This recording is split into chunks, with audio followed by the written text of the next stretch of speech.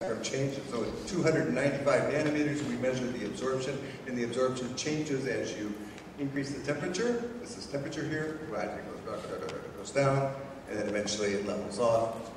And this is the folded form, this is the unfolded form. I measure these things as a function of temperature, as a function of pressure. So I'll do one at 1 atmosphere, the one at 10 atmospheres, one at 100 atmospheres, and so on. Build up curves where I show that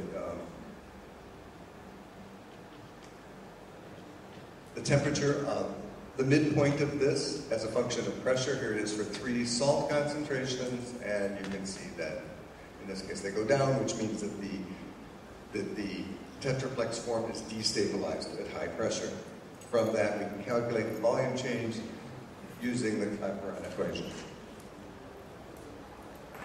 In order to do this, however, I want to point out for the aficionados out there that we have to assume a single-step bimolecular reaction mechanism. All right, and this is the punchline. This is the coolest slide ever from my lab, I think. Just because, like I said, we do have 3 techniques that have never been used before, and we were able to compare them, and by God, they all fell on the straight line. And remember, I had a postdoctoral supervisor, and I was really excited. It was a long, like before there was rocks, but, and I came in one night, and I said, look at it, worked. And it was something to do with kinetics, and he goes, looked at me and said, well, of course it works. Don't you believe in thermodynamics? I was crestfallen. Nevertheless, I was really happy about this because, yes, indeed, I do believe in thermodynamics, but nevertheless, I was also really happy that thermodynamics worked 3 times in 3 different labs with 3 different techniques, giving 3 similar results. So what we have here are the blue triangles are the densitometric results measured at different temperatures.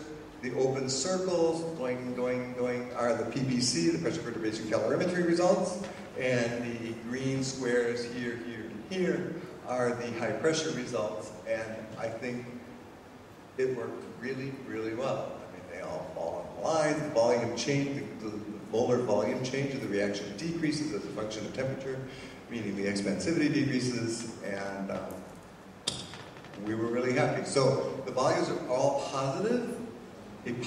So delta volume changes, by the way, because it's a volume change. A volume change can be positive or negative. It doesn't, right?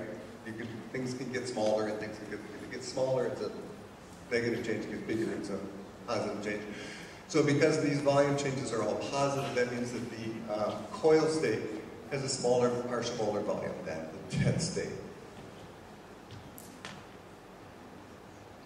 So why we're happy, so the sign and magnitude of all the measured values are the same. The values are large and positive, which is what we would expect. Why do we expect that? We expect that because there's uptake of a cation when you form these things. You're taking a sodium ion. The sodium ion has a whole bunch of water molecules coordinated to it. When you put that sodium molecule into the middle of a tetraplex, all those water molecules have to go away. When those water molecules are interacting with the sodium ion, their density is much higher than when they're in bulk solution. So you're taking a bunch of very dense water molecules and making them less dense. So you go from low volume to high volume. So it's consistent with what we would have expected. The other thing that's happening is you have this molecule that's going to be packed, it's going to be wrapped around itself. And the packing is not going to be perfect. The way that the molecule interacts with itself is not going to have, there's going to be little pockets of voids in the final structure, and water will be able to fill those better. We did another thing, even riskier, but we could have not, I could have just completely not told you. We did molecular dynamics simulations of these things, because there are crystal structures. We simulated the single-stranded state, and then we simulated the folded state. We calculated from them the surface area and the volume of both, and we were able to come up with volume changes for each of those, and although I'm not going to show them to you here today, they also worked out alarmingly well, actually. And one of the things, another thing I didn't mention is that the large concentration difference of the different techniques. The high pressure technique, we can get by with micromolar, whereas with the others we need to have typically millimolar. So I'll just go through these quickly. Each of these has, each of the techniques has a weak point. In this case, it's hitting the baselines and figuring out what to do within the transition. here in PPC, there's a huge signal contribution from the components of the solvent, and that interferes with things. And so changing the salt concentration is a big problem for PPC measurements. The biggest problem with the pressure measurements, is that we do have to assume a reaction mechanism, and that can skew the results. It usually doesn't, but it can. So we're really happy, and at the beginning of the talk I said, well, the human telomeric sequence can form different structures in the presence of different cations. They're closely related, but yet they're different. And they don't seem to have any real energetic differences. And so what we hypothesize is that the role of hydration is important in determining which one gets formed. And so the next step would be to, for example, look at the potassium form of this thing, and also to do a global fit of all of the data using one global fit routine instead of doing it individually in each of our labs, so that we can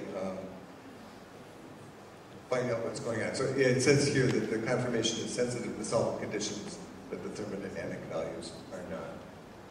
So what we've learned, the volume change for the formation of the TET structure of the human telomeric sequence in the presence of sodium is large and positive, which is completely different from other nucleic acid things. It's about 20 to 30-fold larger than other DNA transitions, and the sign is different.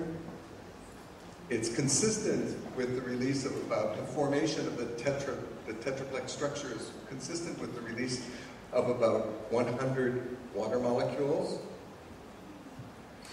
The volume change becomes less positive with increasing temperature. Means hydration is becoming weaker as you increase the temperature, which also makes sense. And the three methods that we use yielded similar results, which made us happy. So these are the players, and these are the payers. The work was done in my lab by a guy named Amir Amiri and David Dubin. The vibrating tube densitometry was done in the lab of Tigran Chalikian by Yuan Shek. And the PPC results were done in the lab of Heiko Herplatz by Helen Hahn. And all of this was paid for by the Natural Science and Engineering Research Council. And I thank you very much.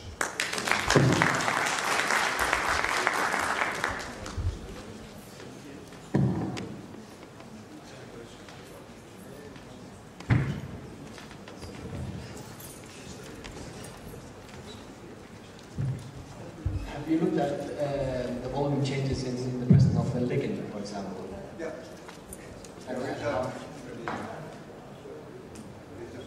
For this particular system? Well, obviously, in terms of, for example, in cancer, it's obviously very important with telomeres, and usually there are lots of ligands that bind them, but I don't remember exactly how the volume changes. I have never done, so the question was, have we looked at the changes in the presence of a ligand? I haven't done anything with the telomeric sequences yet. We've done a lot of work on DNA drug interactions and protein drug interactions, and a certain amount of protein DNA interactions, volume changes, but never with the telomere. But good job. Any further questions?